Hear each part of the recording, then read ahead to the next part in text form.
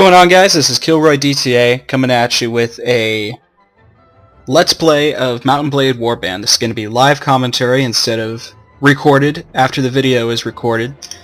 Mount and Blade Warband, for those who don't know, is a realistic RPG that takes place in a medieval-style area in a world called Caldaria. You have 7 different nations that you can ally yourself with, and each one of them, when you recruit people from the different villages, will turn into specialties. So say those that are within the Arab region of the world are better archers. Those who are within the Nordic areas are better warriors. You're going to get more of a grasp of that once I start playing the game. So today I'm going to be starting with a whole new game. I have an actual character that's 732 days into the game. He's got himself his own nation, and I'm at war with the Kingdom of the Nords. So when you start off with a new game, you're able to choose your gender, of course. If you play a female character, the main advantages to that is that you are able to marry male characters, and there are more male lords in the game than there are female. So when you marry a male lord, you are able to get control of his armies as well as his fiefs, which are his little cities that you gain taxable income from. But today I'm going to go with a male. So you're able to choose who your father was. If you choose a veteran warrior, you're going to have more warrior-based skills. If you choose an impoverished noble and you pick the right ones after that, you're going to be an impoverished lord. If you choose a traveling merchant, you're going to be better at trading. Hunter, you're going to be better at archery. If you're a steppe nomad, you're going to be better at horse riding. And if you choose a thief, you're going to be better at looting after battles, and also looting villages when you raze them down to the ground. So I'm going to choose a veteran warrior. So you're then also able to choose when you have your early life. So if you choose a page in a nobleman's court, that leads more towards being an impoverished noble. If you choose a craftsman apprentice, that increases your engineering abilities. Shop's assistant, that more increases your trading. I don't know what these other two do. I've never really picked them. But I'm going to choose stepchild. So a stepchild means that you were sort of a nomadic group. So you just kind of wandered around the nation, doing whatever you damn well please. So if you're a game poacher, you're better at archery. If you're a smith, once again, you are better at both trading and engineering. If you're a goods peddler, you're better at selling goods.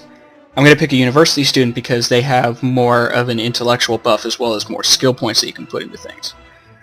And then this one, I've never really seen where that changes it, but I always pick less for money and power because who doesn't want more money and power? So when you choose realistic, no quitting without saving, what that does is that when you quit the game, it saves it. So if you end up losing your entire army, when you quit, your game is saved, and you can't revert back to another save. Allow me to quit without saving. If you end up losing a battle, you can go back and just not take the battle at all. So you're able to choose your strength, agility, intellect, and charisma. Charisma increases your leadership abilities. Intellect increases your tracking, training, all of your first aid abilities. Agility increases your riding abilities, your athletics, archery, being able to steal, and then being able to loot from battles so you get better loot, and then strength, of course, increases your attack abilities. So I'm going to choose that. Then, since I'm going with a warrior, I'm going to increase my damage. I'm going to increase my looting, my training, and then my surgery. So what surgery does is that when your allies are struck in combat, it increases the chance they are not going to be killed and they're just going to be wounded. So if you have these really high level allies, you won't have to retrain them back up from recruits. Wound treatment increases the party healing speed. Tactics what that does is that it increases your battle advantage, which means you can have more people on the field. But if you have better trained people, that's better than having more people. Because the way that the AI works, it gets kind of congested, and they kind of don't operate too well. Weapon Master allows you to increase your proficiencies without having to attack in combat. Iron Flesh increases your damage resistance. Power Strike increases your melee attack. Power Throw is when you throw stuff like javelins, rocks, hatchets. Power Draw, what that does is that when you're a bowman, it increases your bow damage. Shield increases the amount of damage that your shield absorbs. So when you absorb damage with your shield, it itself takes damage and it can end up breaking. Athletics increases your running speed, so if you're chasing after someone. Riding is what increases your riding abilities inside of combat, not outside. Horse archery, being able to hit someone from a horse with either a crossbow or a bow or a throwing weapon.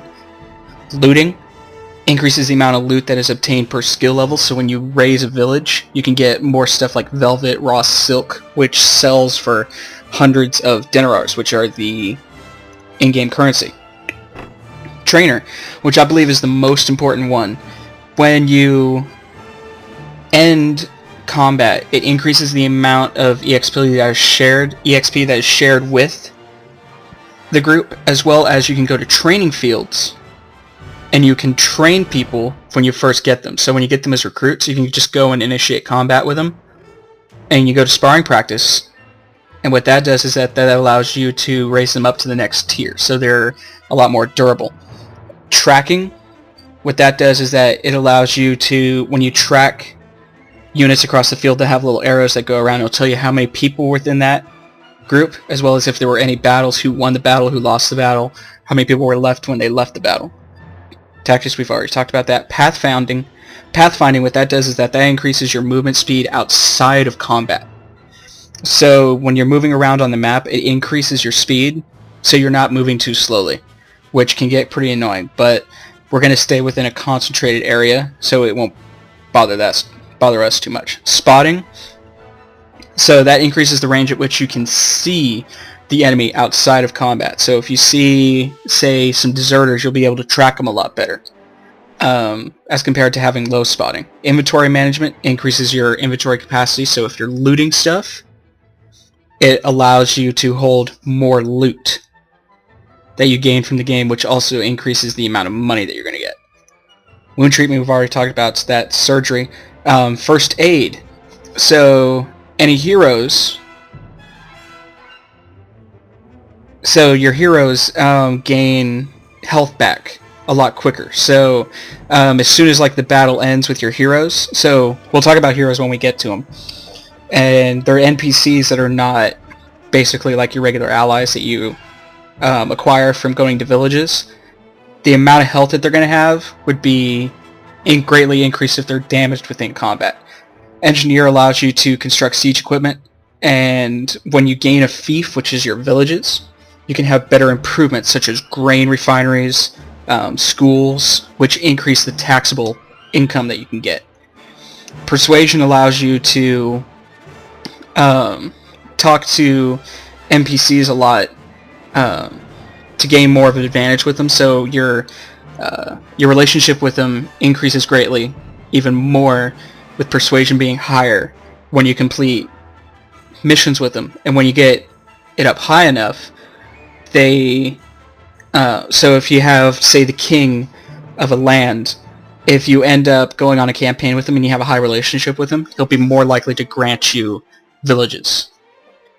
Prisoner management, what that is that when you have NPCs that are knocked unconscious, enemies that are knocked unconscious, you can have them as prisoners, and when you meet a ransom broker, you can get money for them. And then you can also recruit them into your party as well. And then leadership, what that does is that increases the amount of people that you can command at one time from, say, like 50 up to 75, as well as it reduces the troop wages. So mine's going to be reduced by 10%, which means that instead of paying them 1,000 dinars, I'm going to be paying them only 900. And then trade increases the trade penalty. So if you get a haybrick that is worth 4,000, dinars, you'd probably only be able to sell it for 800. But if you have a higher trade, you'd be able to sell it for more, upwards into the Ks. And then you have your one-handed, two-handed, pole arms, which are stuff like spears, staffs, lances, archery, which is for your bows, crossbows, which is basically just increases damage, and then javelins, darts, and stones for throwing. So I'm going to increase my one-handed and my two-handed. And then the name, I'm going to choose Joseph von Vanderbilt. Just a random name to go with. And then you're able to customize your character so you can choose the face width, ratio, eyebrow height, or you can just hit the randomize, which is what I'm going to do. I like that mustache. I'm going to go with that mustache. So you're able to choose the lands that you start in. I would not recommend starting in the Kingdom of the Nords right away because of the Sea Raiders. The Sea Raiders will screw you up if you are not ready for them. So I'm actually going to start in this area, which this area, what it is essentially kind of like the Mongols. So they're a lot more of a cavalry-based war army. And then you start inside of a village where the enemy ends up attacking you. You always start either with a bow or a crossbow, sword and shield, or a two-handed weapon. So you get a ranged weapon and you get a melee weapon. With the ranged weapon, of course, when you're moving it's less accurate. When you're standing still it's more accurate. You'll end up doing damage. Where it says shot difficulty, that means the difficulty of the shot as well as, so the difficulty of the shot increases the amount of proficiency that increases within that skill. And then when you kill an enemy you get experience, as well as it'll tell you that you killed the enemy instead of an ally. As you can see, my shield has a little bit of some cracks in it. That means that the shield is taking damage. So after you kill this guy, you're going to be talking to the merchant. The merchant is going to give you your first quest of the game.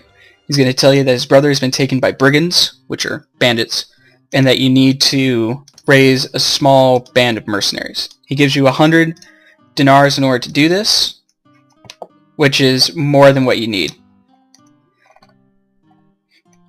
So, as you can see, this is a very massive map. All of these individual villages you can walk in, all of the much larger,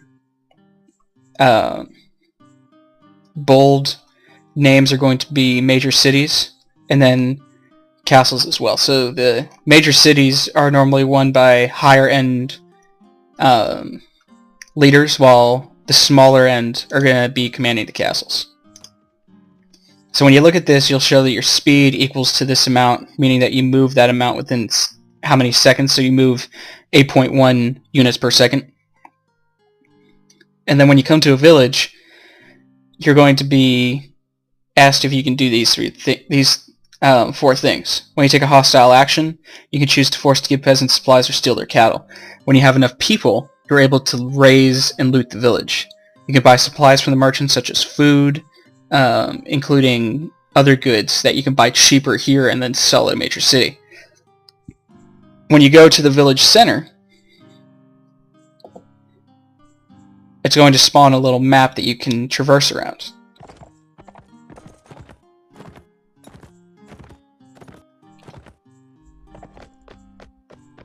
People are going to be walking around, so those are going to be the normal villagers. And then the person that you are looking for, that you want to talk with, is going to be the one that is standing still. Which is going to be this guy right up here. This guy is the village elder. So when you talk to him, it gives you the same options that you get when you're in the basic menu, as well as you can ask him if he has any tasks you can help him with. So this is like little side missions that increase your relationship with the fee for the village, which means that when you go to recruit more people, you're going to get more. So when I ask if anyone wants to join him, there's going to be 4 here. If I had a higher relation, it could be upwards to around 20. So I've just recruited some people. I paid 40 dinars. The basic amount that you pay is 10 gold per recruit. And then I believe it's like 2 gold a week for each recruit. Then you ask if you have any tasks you can help them with. So, food and livestock groups of bandits, asking if you could teach him how to defend himself. We're not going to do that today, though. Maybe we'll come back another day and do that. So now, I have 5 people in my group. I have myself plus 4 of the tribesmen. These tribesmen are just going to be basic on-the-ground infantry. Which I'll show you. Going to attack some looters. So when you attack an enemy, you're going to get multiple options. You can either say, nothing will leave you in peace, or you can say surrender or die, at which point you'll end up attacking him. It'll tell you that you have this many troops against this many troops. You can order your troops to attack without you. I never recommend doing that. It never ends well. Or you can tell them to charge the enemy. So when you charge the enemy, it'll bring up this little battle arena. This little battle arena, your guys are going to start over here, their guys are going to start over there. You can choose to issue orders to your men, such as holding this position. You can tell them to spread out or stand closer. If you have any archers in the group like this guy, if you tell them to stand still, they're going to attack from a distance. But normally at these lower levels, you don't really need to do that. So you're going to tell them to charge the enemy. These guys can normally hold their own against these enemies, but you still need to watch them and make sure they don't end up getting killed, because if they get killed, you're going to have to recruit some more. And it's always better to make sure your guys don't get killed as compared to acting like they're expendable and recruiting more people. So you're able to attack from horseback. You can either be in first person using the R button or in third person. When you're in first person, it can get a little bit disorienting playing, but once you get used to it, it's actually a lot better to play because you know exactly where your sword's going. When you end up finishing off in the battle arena, your guys will end up cheering like this. You're able to tab out. It'll tell you how many were killed, how many were wounded. If you had any wounded and you had a prisoner management skill, you'd be able to capture them and then sell them later. And then it'll tell you how many of your guys that you can upgrade. So paying 10 dinars, I can upgrade them to a cavalry unit. This is what the Khans are best for, or the Kurgat. They're best for their cavalry. And then you're going to get some loot as well, so I'm going to be able to put those on, put them, and I've just increased my armor rating. And then you can just, you hold down the control button, you click on it, and it sends it all into your bag, which then you can sell later. So you get this amount of experience after finishing it, and then when you have a higher training skill, you share experience with your party.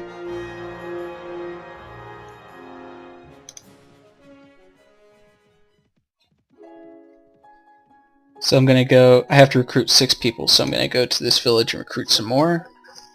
And then we're going to go back and talk to the merchant.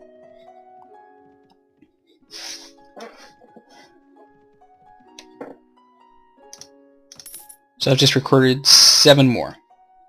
We're going to go back and talk to the merchant. I have a small little group of 10 tribesmen and 1 skirmisher. So I need to keep an eye on the 1 skirmisher and make sure he doesn't run off and get himself killed.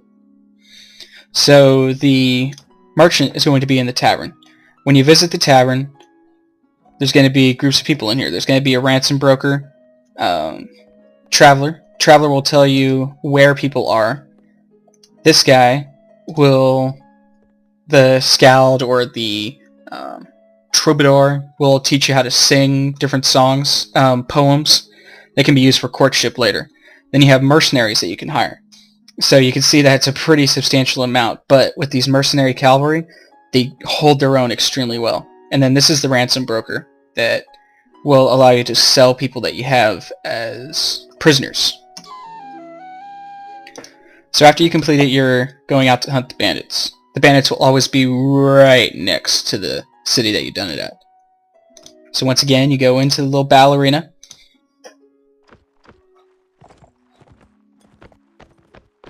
If you can see, the cav guy is going to be running off into battle. He's got himself a spear so he can hit them from a distance. Because weapons actually have a reach. So if you have a sword, you don't have the same reach that you do with a polearm or a staff. You can shoot from horseback as well, but you're going to be inaccurate. So you want to do it as soon as you're close enough to fill the entire molecule. I mean the entire reticule.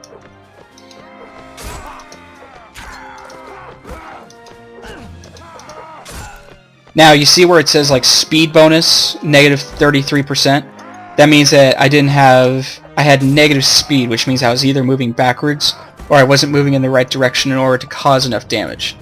As compared to plus 34%, which means I actually do more damage. So when you have like a polearm on a horse, that's going to end up doing the most amount of damage than almost any weapon in the game. So we're gonna ask the guy, hey, where are your buddies at? We're gonna take some stuff off the dead guys.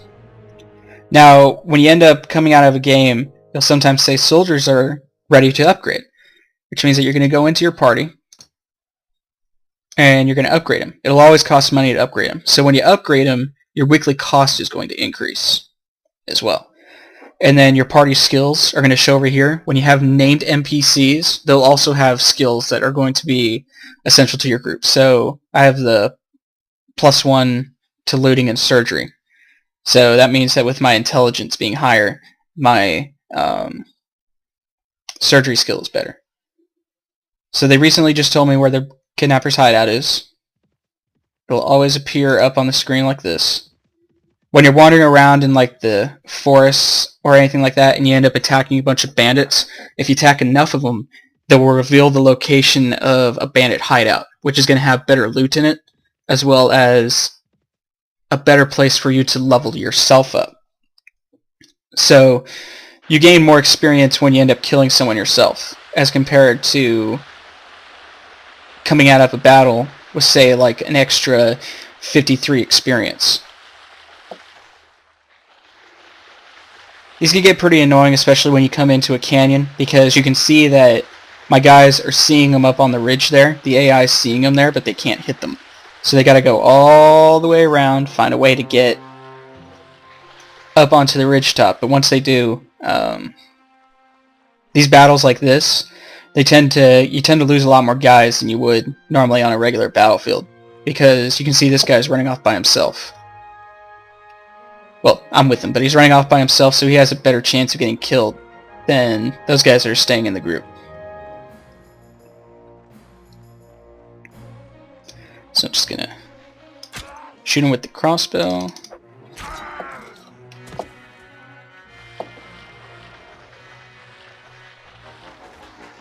It starts to get to the point to where you need thousands of experience points, where it could literally take 3 to 4 real hours worth of just full-out combat in order to level up. So they're throwing rocks at me, which I can block with my shield. If they end up hitting my legs, though, I take damage.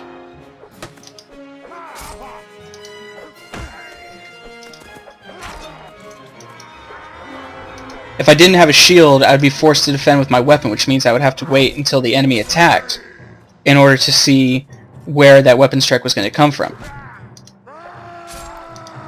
You can see the yellow arrows on my screen there. That shows how it's going to attack. So if it's facing down, it's going to be a downward strike. If it's facing up, it's going to be a thrust. So if I move my mouse cursor up, it's going to be a straight down chop. If I move it to the right, it's going to be a right swipe. If I move it to the left, it's going to be a left swipe. If I move it down, it's going to be a thrust. I'm going to collect all of these. Okay, so if it ends up coming up like this, that means that you don't have enough room for everything. So my soldiers are ready for an upgrade. Upgrade them up to skirmisher.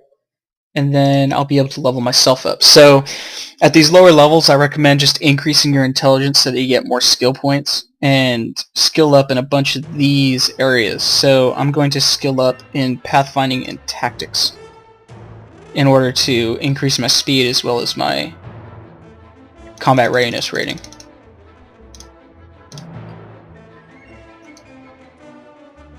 So I'm going to return to Tolga.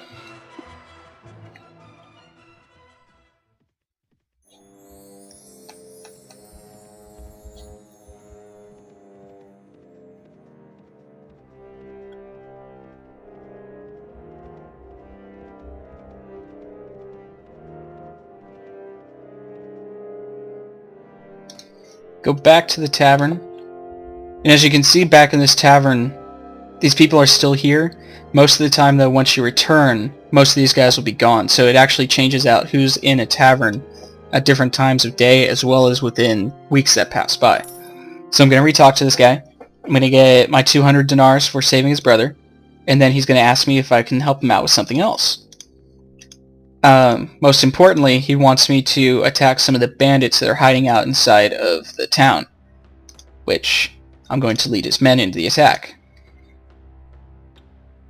If you don't end up healing up in between battles, you can see that my health is down low.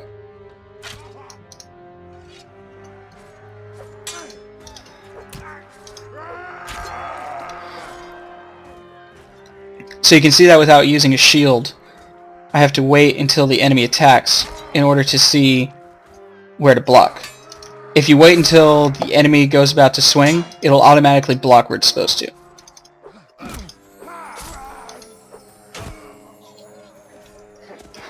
Then you also need to see how the enemy's blocking in order to determine how in order to strike. So if he's blocking to the left, you want to chop him down. If he's blocking up, you need to thrust in. If he's blocking to the left, you want to attack to the right. The combat's fairly simple to understand, but it also can be pretty complex if you're not used to a game like this.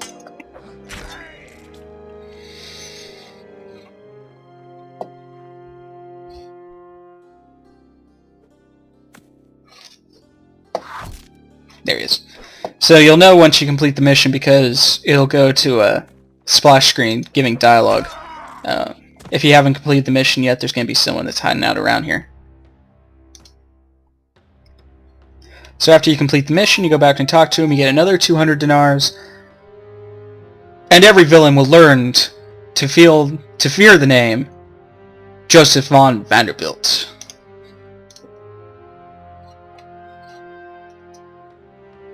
So I'm going to leave the area. I'm going to set up camp. I'm going to take an action, and I'm going to read a little bit of the Essays of Logic. So when I read a book, what that does is that once you fully complete a book, it increases skill for you, which once you're higher level, it makes a lot of sense in order to do that. So I'm just going to wait here for some time. The game auto-saves, and time moves faster in the area. So we're going to end the video right here, and then we're going to pick it up, and I'm going to show you training your units to be better fighters in the next video.